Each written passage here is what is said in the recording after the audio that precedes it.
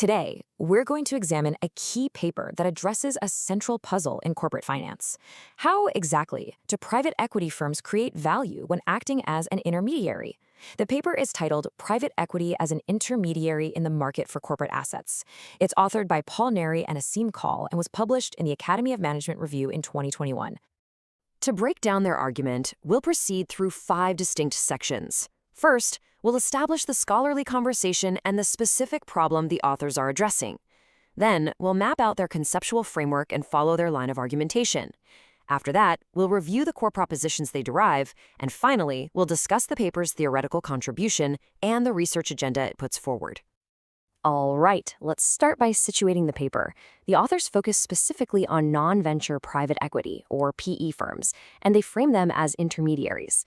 The fundamental question they're tackling is how these firms manage to create and capture value when they essentially act as a middleman in the market for corporate assets. To understand the gap they're filling, it helps to look at how the thinking on this has evolved. Early research tended to see PE firms as transactional, short-term players focused on things like debt discipline or breaking up conglomerates. More recent work has shifted to a view of PE firms as superior, almost entrepreneurial owners. But the authors point out a key gap. Neither of these established views fully explains the PE firm's role as a temporary intermediary. And this leads us to the central theoretical problem. Think about it. If a corporate buyer is the best possible owner for an asset, the one that can generate the most value through synergies, then why don't they just buy it directly from the original seller? Why is there a need for a PE firm to step in, buy it, hold it for, say, 5 to 10 years, and only then sell it to that ideal corporate owner? The real puzzle is understanding how a PE firm can profitably insert itself into the middle of that value chain. To resolve this puzzle, the authors introduce a new value-based framework. Their central argument is that for a PE firm to successfully create and capture value as an intermediary, it must have at least one of 3 distinct advantages. And importantly, each of these advantages corresponds to a different stage of the deal. The first of these is what they call a valuation advantage. This is all about the buy stage. It's the PE firm's ability to more accurately assess the true intrinsic value of a business. It's about seeing potential where other market participants might not, effectively identifying undervalued assets. Next up, during the own stage, is the governance advantage. Now, this isn't just about spotting existing value. It's about actively increasing the intrinsic value of the asset while it's under PE ownership. This is achieved through applying superior governance and operational practices. And the third source of advantage, which comes into play at the sell stage, is the timing advantage. This is the capacity to act as a kind of strategic broker. A PE firm can hold an asset patiently, waiting until the most synergistic corporate buyer is finally ready and able to make the acquisition. So this table really synthesizes the framework. The valuation advantage lets a firm buy smart by overcoming what we call information frictions. The governance advantage is about owning well by actually improving the business. And the timing advantage is about selling smart, bridging that gap between when a seller needs to sell and when the best buyer is ready to buy. Okay, so we have the what of the framework. Now let's deconstruct the how. What are the underlying mechanisms that allow private equity firms to develop and deploy these 3 advantages? Let's start with valuation. This advantage arises from what academics call information frictions. Simply put, some businesses are just very difficult to value from the outside, maybe because they're privately held or they're a small, opaque division of a larger corporation. PE firms, through their repeated deal-making experience, develop specialized capabilities to conduct deep due diligence and accurately price these complex assets in a way that other potential buyers simply can't.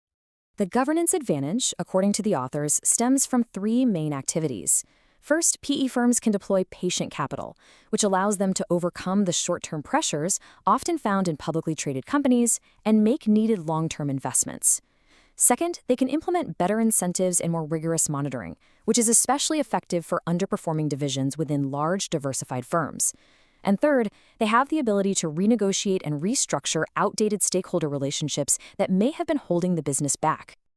Now, for the timing advantage, this really comes from the fact that the market for corporate assets can be asynchronous. The seller might need to sell now, but the best strategic buyer might be constrained, perhaps by a lack of capital or management attention. PE firms can bridge this gap.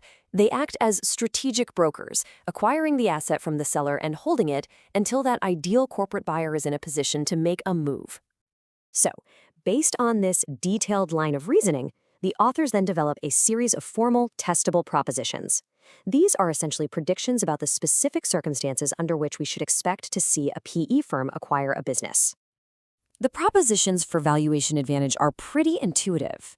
The theory predicts that PE firms are more likely to acquire businesses that are inscrutable, that is, they're opaque and hard to value from an external perspective.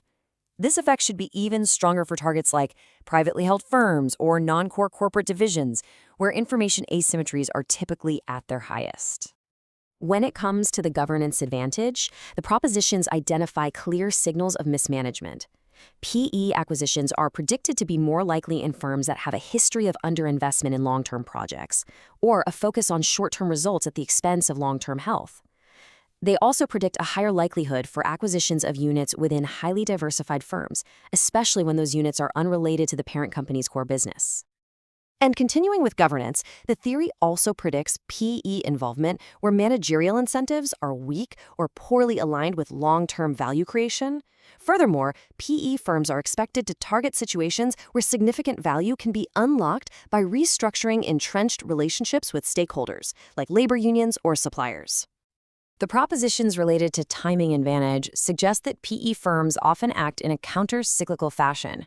We'd expect to see more PE acquisitions in industries experiencing slower growth or where there's a scarcity of active corporate buyers. This is especially true when the target company itself is in a weak financial position and needs a buyer quickly. Finally, Proposition 4 pulls everything together. The authors claim that the conditions for all three advantages, valuation, governance, and timing, are all amplified when there are no corporate bidders in the running for an asset. In other words, the absence of competition from strategic buyers creates the most fertile ground for a private equity intermediary to create and capture value. So, having laid out the entire argument, let's turn to the paper's overall contribution and the path it clears for future research in this area. The main theoretical contribution here is a single, integrated theory of the PE firm as an intermediary. It moves beyond the earlier, more fragmented explanations. It's not just about debt or just about governance. It's a comprehensive and contingent framework that explains how these different advantages combine and interact to allow PE firms to function effectively in this specific market role. And the authors provide a clear roadmap for what comes next. Obviously, the immediate next step is to empirically test all these formal propositions. Researchers also need to investigate how the three advantages might be interdependent. And then there are newer trends to explore, like the rise of PE firms specializing in particular industries, or the growing use of bolt-on acquisitions, which we'll touch on next. This brings us to a really thought-provoking final question that the paper leaves us with. As PE firms become more specialized and start using bolt-on strategies to build platforms, essentially acting like strategic corporate buyers themselves, how does this affect their role? Does the very definition of a private equity intermediary start to blur? It's a critical question as we think about the evolving function of private equity in the broader economy.